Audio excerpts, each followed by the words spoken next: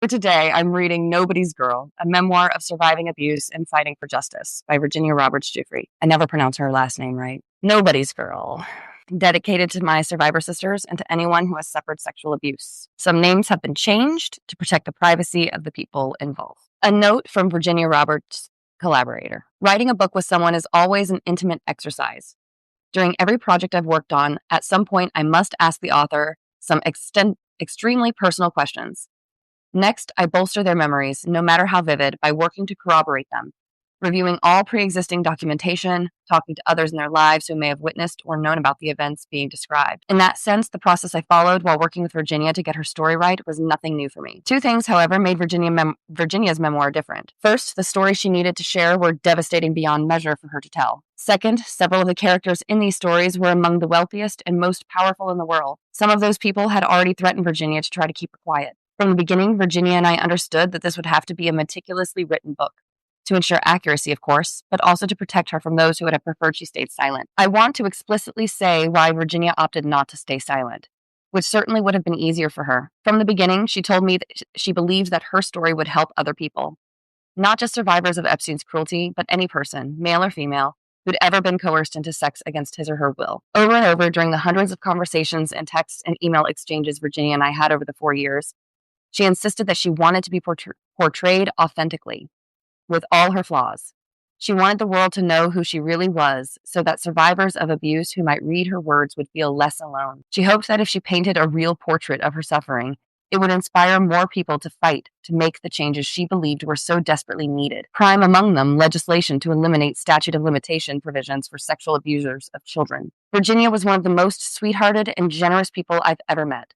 She was devoted to her 3 children, whom she shared with her husband, Robert Giuffre, from whom she was later estranged. She was also fierce and determined, and that fierceness is what enabled me, at her direction, to tell her whole story, and just as importantly, to interrogate it, to confirm it, and ultimately to help create the inspiring but also heartbreaking account you are holding in your hands. When it came to corroborating the abuse Virginia had suffered as a child, I tracked down a childhood friend who was incredibly forthcoming about the abuse this friend endured by her stepfather, the same man who sexually abused Virginia as a child, and who later was convicted for abusing yet another minor. Her input and kindness were a huge source of comfort to Virginia. In consultation with a professional fact checker, I also spoke at length to Virginia's mother, her husband, her former boyfriend, and her 2 brothers to whom Virginia had recounted the abuse by both her father and his friend. I reached out to Virginia's father multiple times, seeking his response to his daughter's allegations. He responded by strenuously denying them. His response reads in full, "Just to straighten this out, I never abused my daughter and didn't know that Forrest did that either.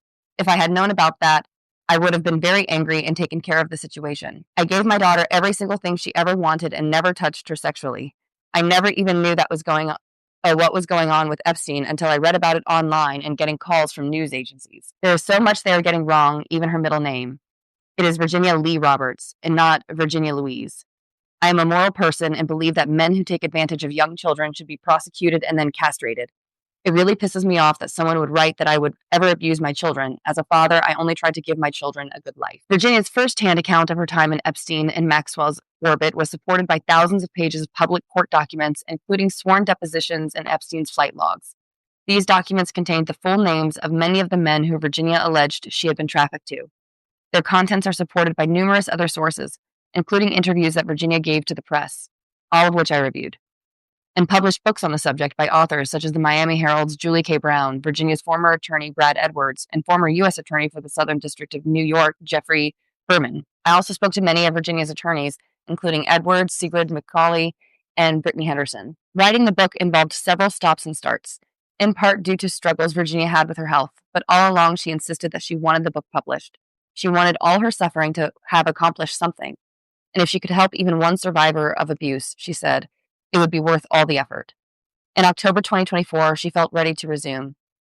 When we met to finalize the manuscript. I returned to Australia, where I'd already visited her in 2022 to go over it in detail with her, side by side one more time.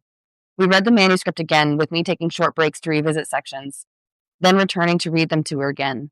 By the end of that visit, she'd approved all the book's contents, save for this note by me added after her passing. She was deeply grateful to the people from all corners of her life who had supported her efforts to tell her story. Then, on the night of January 9th, the morning of January 10th in Australia, Virginia had called me in a state of extreme distress. She said that the previous evening she and Robbie had had an argument and that he had assaulted her. We talked for a long time. She sent me photographs of her face, which appeared discolored and swollen. I made sure she was in a safe place and offered to reach out to her mother and her older brother, both of whom I contacted. Virginia reported the incident to police in Western Australia, but they did not charge Robbie with any crime. Robbie made allegations of his own, which resulted in a restraining order against Virginia that prohibited contact with her children. This profoundly hurt Virginia. She couldn't stand being out of touch with her kids. The alleged January incident was not without precedent.